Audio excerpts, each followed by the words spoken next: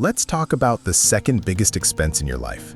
After housing, your car is the one thing that's either building your freedom or slowly bleeding you dry. And right now, if you walk onto any car dealership lot in America, the salesperson is going to ask you one specific question. Are you looking to lease or buy?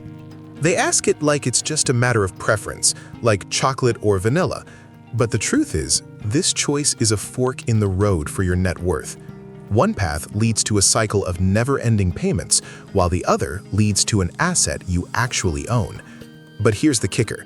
The obvious answer isn't always the right one in today's weird economy. Today, we're going to settle the debate. No bias, no dealership fluff, just the raw math and the reality of how these two options play out over 5, 10, and 15 years. First, let's strip away the jargon. What are you actually doing when you lease? Think of a lease like a long-term rental with a lot of rules. When you lease a car, you aren't paying for the car itself. You're paying for the depreciation that happens while you're driving it. If a car is worth $40,000 today, and the bank thinks it'll be worth $24,000 in 3 years, your lease payments are covering that $16,000 difference, plus interest, which they call a money factor. Now, why does everyone love it? Because the monthly payment looks sexy. You can drive a brand new BMW for the same monthly cost as financing a mid-tier Toyota. It feels like a life hack. You get the new car smell, the latest tech, and you never have to worry about a breakdown because the car is always under warranty. For a lot of people, that's the middle-class dream. But here is the hidden cost of leasing that most people ignore: the cycle. When that 3-year lease is up, you have zero equity. You hand the keys back, and you're standing on the sidewalk with nothing to show for those 36 months of payments. To get to work the next day, you have to sign another lease. You have effectively turned a car into a permanent subscription service, like Netflix, but it costs $600 a month, and you can't cancel it without a massive penalty. Now, let's look at buying, specifically financing with a loan. When you buy, your monthly payments are usually higher. Why? Because you're paying for the whole pie, not just the slice you're eating. You're paying for the depreciation plus the actual equity in the vehicle. It hurts more in the short term. Your cash flow is tighter. You're responsible for the tires, the oil changes, and eventually the scary stuff, like transmission flushes or brake rotors. But here's where the math flips. 5 years down the line, the person who bought the car makes their last payment. They have a title. They have an asset that, while depreciated, is still worth maybe $15,000 or $20,000. And for the next 5 to 7 years after that, they drive for free, or at least for the cost of maintenance and insurance only. That gap period, the years between your last car payment and the day the car dies, is where wealth is built. That's the money that goes into your Roth IRA or your house down payment instead of the dealership's pocket. Let's get into the nitty-gritty math, because this is where it gets interesting in 2026. If you lease a car for $500 a month, over 9 years, 3 consecutive leases, you've spent $54,000. At the end of those 9 years, you own nothing. If you buy that same car with a 5-year loan at $700 a month, you've spent $42,000 in payments. Even if you spent $5,000 on repairs over the next 4 years of owning it outright, your total outlay is $47,000. But at the end of those 9 years, you still have a car worth maybe $8,000. The buying path saved you $7,000 in cash and left you with an $8,000 asset. That's a $15,000 swing in your net worth. For a middle-class family, $15,000 is the difference between a massive emergency and a manageable setback. So why does anyone ever lease? Is it just for people who are bad at math? Not necessarily. There are 3 scenarios where leasing actually makes sense, and we need to be honest about them. Scenario 1. You are a business owner.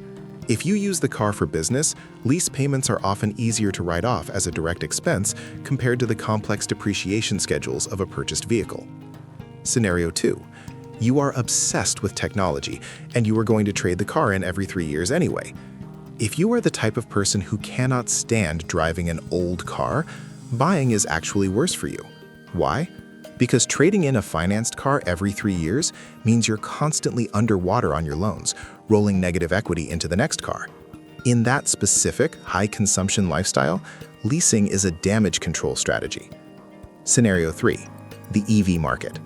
Right now, electric vehicle tech is moving so fast that a car bought today might be obsolete in 3 years. Leasing an EV can act as a hedge against the car's value plummeting because of a breakthrough in battery tech. But for 90% of us, buying is the winner.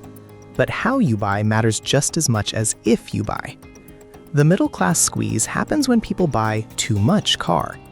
They use 72-month or 84-month loans to lower the payment, so they can afford a car they have no business driving. The gold standard is the 20-3-8 rule. Put 20% down, finance for no more than 3 years, 36 months, and keep the total transportation costs under 8% of your take-home pay. If you can't hit those numbers, you're looking at a car that will eventually own you. Let's talk about the mental tax. Leasing is clean. It's predictable. There's a psychological comfort in knowing that if the engine explodes, it's the manufacturer's problem. Buying is messy. You have to find a mechanic you trust. You have to hear a weird clicking noise in the dashboard and wonder if it's a $50 fix or a $2,000 disaster. But here's the secret. Modern cars are incredibly reliable. A well-maintained Toyota, Honda, or even many Fords and Chevys can easily go 150,000 to 200,000 miles. The risk of a major repair is usually much lower than the certainty of a $600 lease payment every month for the rest of your life. We've been conditioned to be afraid of old cars. The marketing machines want you to think that a car with 80,000 miles is a ticking time bomb. It's not. It's just entering its prime wealth-building years. So, which is actually cheaper? If you look at a 10-year horizon, buying a reliable vehicle and driving it until the wheels fall off is and always will be the cheaper option. It's not even a close fight. It's the difference between hundreds of thousands of dollars over your lifetime. If you lease your whole life, you are essentially paying a luxury tax for the privilege of never having to worry about a mechanic. For some, that peace of mind is worth it, but you have to call it what it is, a luxury. It's not a financial move, it's a lifestyle choice. If you're currently in a lease and feeling trapped, or if you're looking at an $800 car payment and wondering where your paycheck went, here's my advice. Break the cycle. Your next car shouldn't be about status. It should be about exit velocity. Buy a 2 to 3 year old certified pre-owned car. Let someone else take the massive drive-off-the-lot depreciation hit. Pay it off as fast as you can. And then, and this is the most important part, keep driving it. When that payment disappears, don't go out and get a new one. Take that $500 or $700 you were sending to the bank and send it to your future self. At the end of the day, a car is a tool to get you from point A to point B.